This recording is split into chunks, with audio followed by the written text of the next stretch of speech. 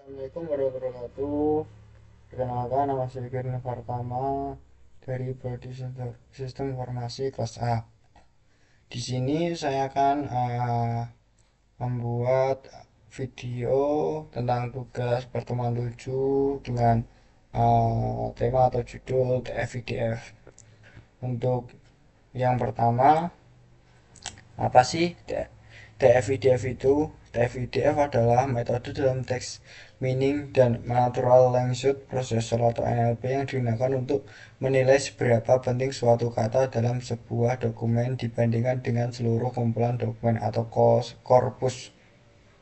Selanjutnya dari penjelasan rumus manual menghitung TF-IDF sendiri. Perhitungan TF-IDF dilakukan melalui dua tahap utama, yaitu yang pertama yaitu menghitung TF atau tense frekuensi. Untuk tense frekuensi sendiri memiliki contoh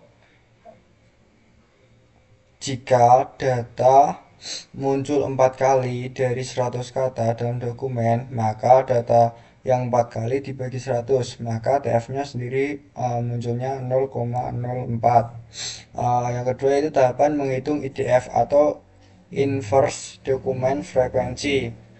Untuk IDF sendiri memiliki rumus log n per nt.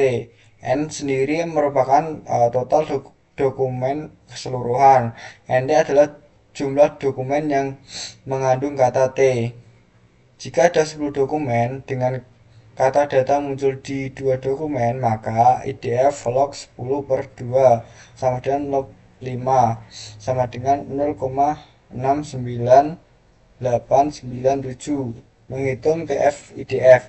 TF IDF dalam kurung T, D, kurung tutup TF dalam kurung T, D, kurung tutup kali IDF per T.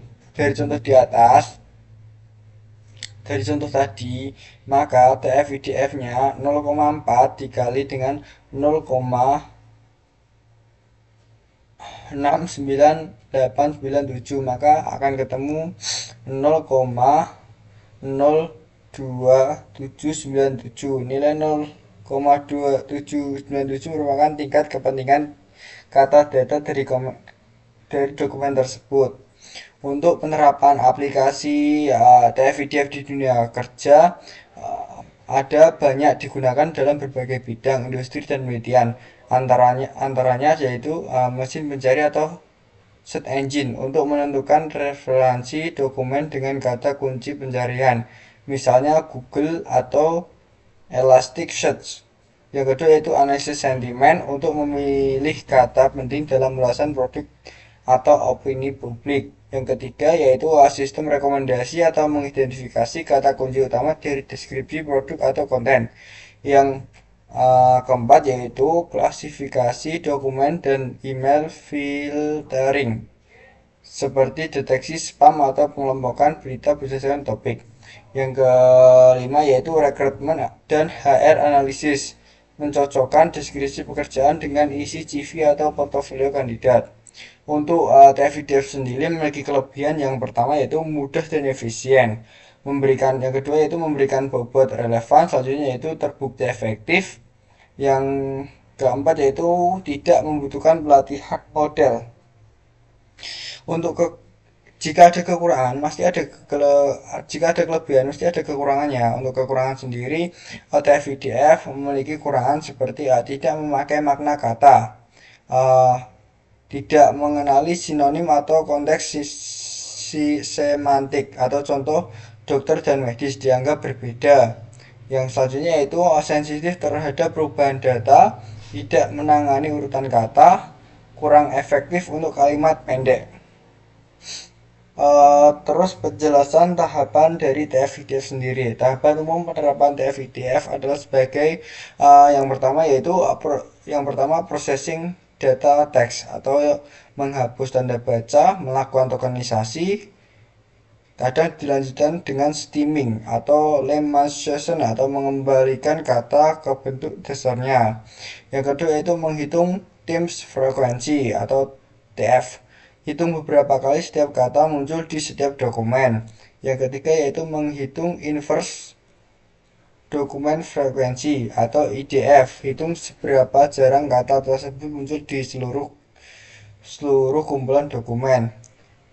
Yang keempat yaitu mengendalikan TF-IDF. Dapatkan bobot TF-IDF untuk setiap kata di setiap dokumen. Yang kelima yaitu membentuk fitur. Setiap dokumen diubah menjadi vektor angka berdasarkan nilai TF atau IDF tiap kata. Yang keenam yaitu analisis atau permodelan. Vektor TF-IDF digunakan dalam klasifikasi teks, clustering, pencarian, atau analisis sentimen. Selanjutnya kita akan mulai langsung coba praktek codingan sederhananya. Ini saya sudah punya codingan untuk codingannya. Bentar.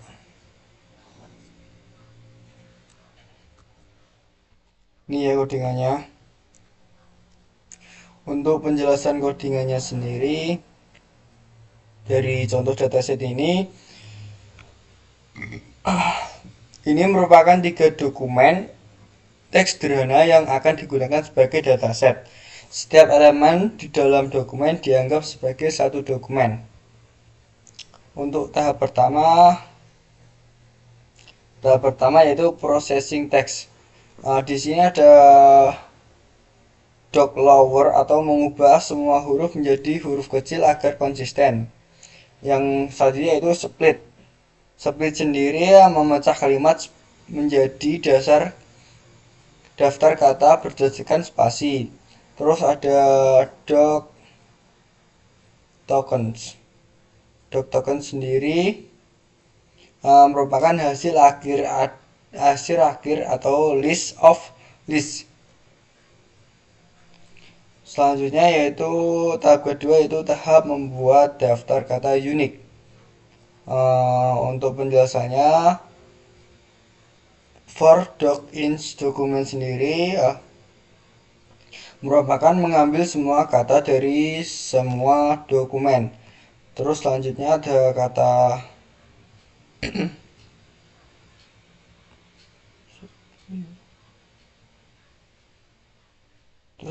set ini. Set memiliki fungsi untuk menghapus kata yang duplikat sehingga tersisa hanya kata unik. Terus ada sorted. Sorted ini sorted sendiri merupakan mengurutkan kata unik secara alfabetis agar mudah dibaca. Terus vocab menjadi daftar seluruh kata unik yang akan di dataset. Selanjutnya kita akan tahap hitung TF atau time frekuensi. Untuk TF sendiri penjelasannya di sini ada total times. Total times sendiri adalah jumlah total kata dalam dokumen. Terus ada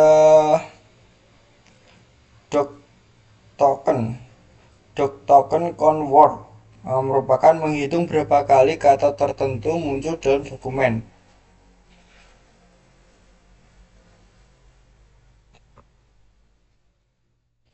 Selanjutnya yaitu ada TF-AL compute TF-docs. Ini merupakan kode yang memiliki fungsi compute untuk setiap dokumen di docs tokens. Di docs token ini hasilnya adalah list yang berisi TF untuk setiap dokumen. Selanjutnya yang keempat yaitu tahap hitung IDF. Untuk tahap hitung IDF sendiri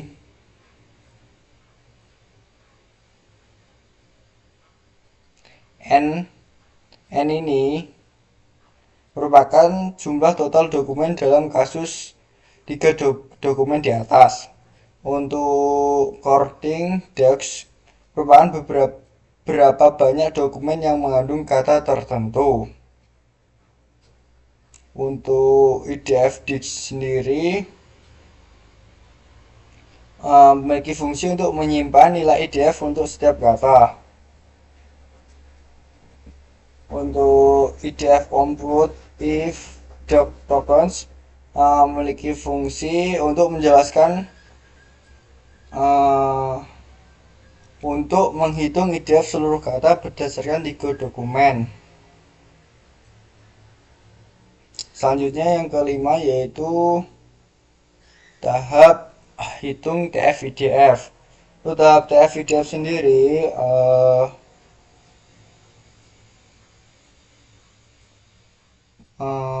TF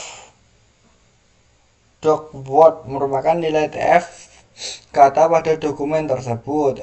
IDF word selanjutnya yaitu IDF word. IDF word merupakan nilai IDF kata dari keseluruhan dokumen. Selanjutnya yaitu TF IDF doc. TF IDF doc. TF IDF doc ini merupakan untuk menyimpan hasil TF IDF untuk satu dokumen. Terus TF IDF al memiliki fungsi untuk menampung hasil semua dokumen. Selanjutnya yaitu tampilkan hasil untuk TF-IDF. TF-IDF al ini memiliki fungsi untuk menjadi tabel daftar frame agar mudah dibaca. Untuk round 3 ini membulatkan nilai hingga 3 angka di belakang koma. Setiap baris mewakili satu dokumen dan setiap kolom mewakili satu kata unik. Selanjutnya kita akan coba runs.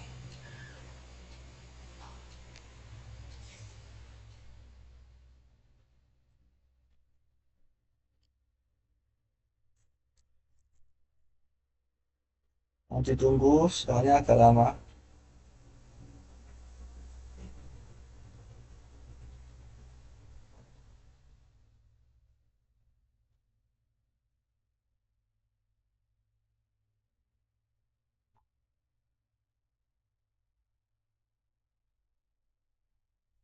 Nah, ini akan muncul seperti ini.